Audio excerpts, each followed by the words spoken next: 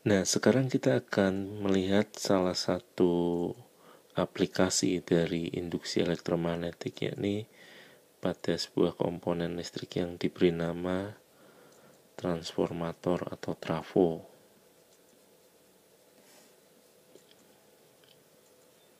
Jadi secara sederhana trafo dapat digambarkan memiliki dua komponen utama, yakni kumparan primer serta kumparan sekunder.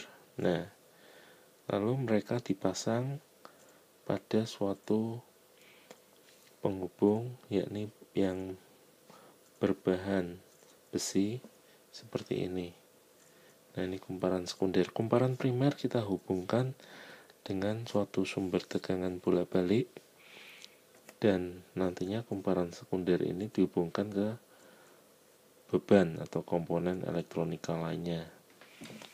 Nah, jadi kita bisa bayangkan ketika kumparan primer dihubungkan dengan suatu sumber tegangan bolak-balik, akan ada arus yang utama masuk ke kumparan primer, dan arus ini menghasilkan suatu medan magnet yang menginduksi kumparan sekunder.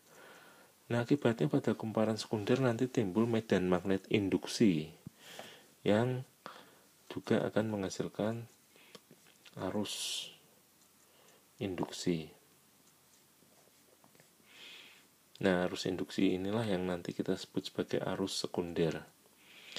Baik, nah kalau misalkan tegangan yang dihubungkan dengan kumparan primer ini kita sebut tegangan primer, lalu tegangan yang timbul pada kumparan sekunder kita beri nama tegangan sekunder, lalu jumlah lilitan trafo yang primer kita sebut NP, dan jumlah lilitan yang sekunder kita sebut NS.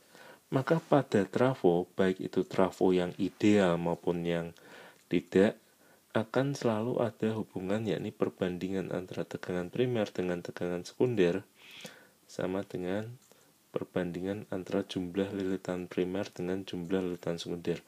Jadi persamaan ini akan senantiasa berlaku pada trafo, baik ideal ataupun tidak. Nah, trafo memiliki apa yang dinamakan efisiensi, di mana efisiensi ini adalah daya yang dihasilkan oleh trafo, dalam hal ini daya pada kumparan sekunder, dibagi dengan daya input atau daya primer. Nah, jadi nanti kita bisa hitung bahwa daya kumparan sekunder Vs dikali Is, sementara daya pada kumparan primer Vp dikali Ip. Nah, pada trafo ideal efisiensinya adalah 100%. Jadi kita bisa nyatakan bahwa Vp dikali Ip sama dengan Vs dikali Is. Nah, kalau kita buat perbandingannya, jadi Vp per Vs sama dengan Is per Ip, maka pada trafo ideal berlaku bahwa perbandingan antara lilitan primer dengan lilitan sekunder sama dengan Is per Ip. Namun sekali lagi ini hanya terjadi pada trafo yang ideal. Artinya jika trafo tersebut tidak ideal, maka kita tidak boleh menggunakan persamaan tersebut.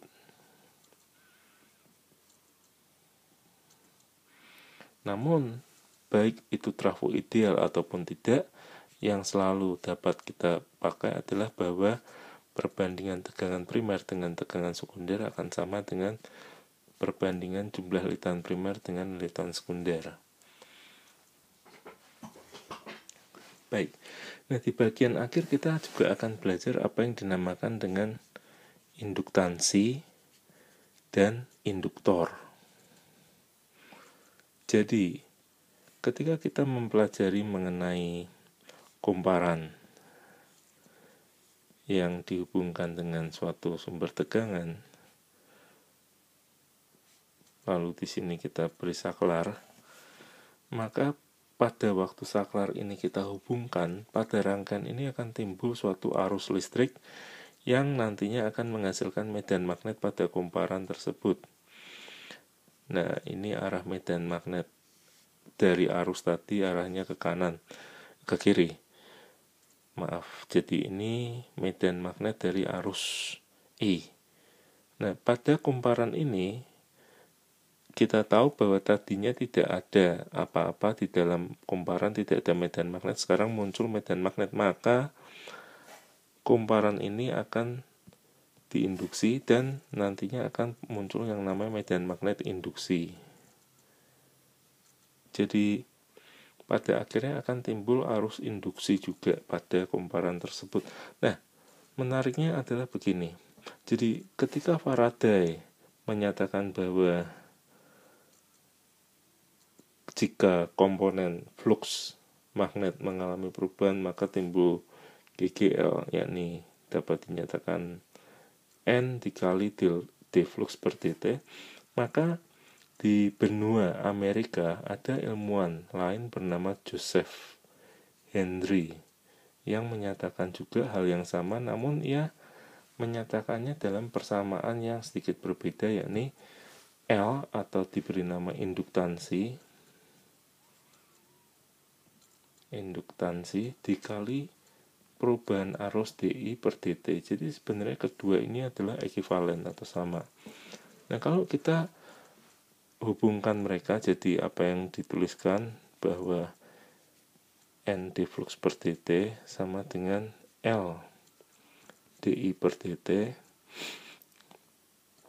lalu kita integral mereka dan ini dt bisa kita coret, maka kita dapati bahwa N dikali flux sama dengan L dikali arus.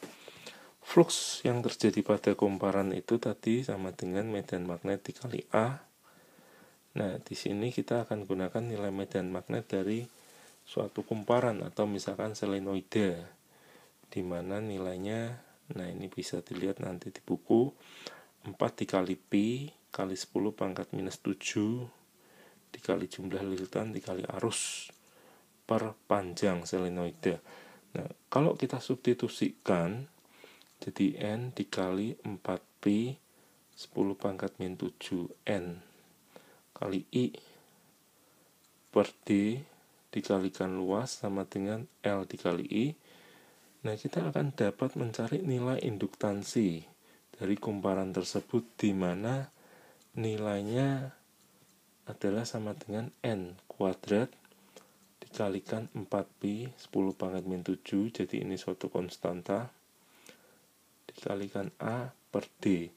Nah, ada hal yang bisa kita lihat bahwa nilai induktansi dari kumparan itu benar-benar dipengaruhi oleh kondisi fisik dari kumparan. Jadi tidak ada faktor arus atau nilai-nilai besaran listrik di dalamnya.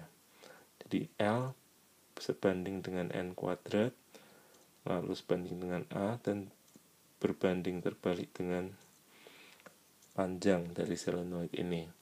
Nah, kumparan ini nanti pada bagian materi listrik arus bolak-balik akan kita sebut dengan nama induktor.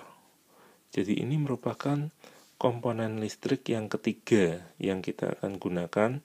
Jadi yang pertama kapasitor, terus yang kedua adalah resistor, dan ini yang ketiga adalah induktor. Dan kita akan pelajari mereka lebih mendalam lagi pada saat kita belajar mengenai listrik bolak-balik.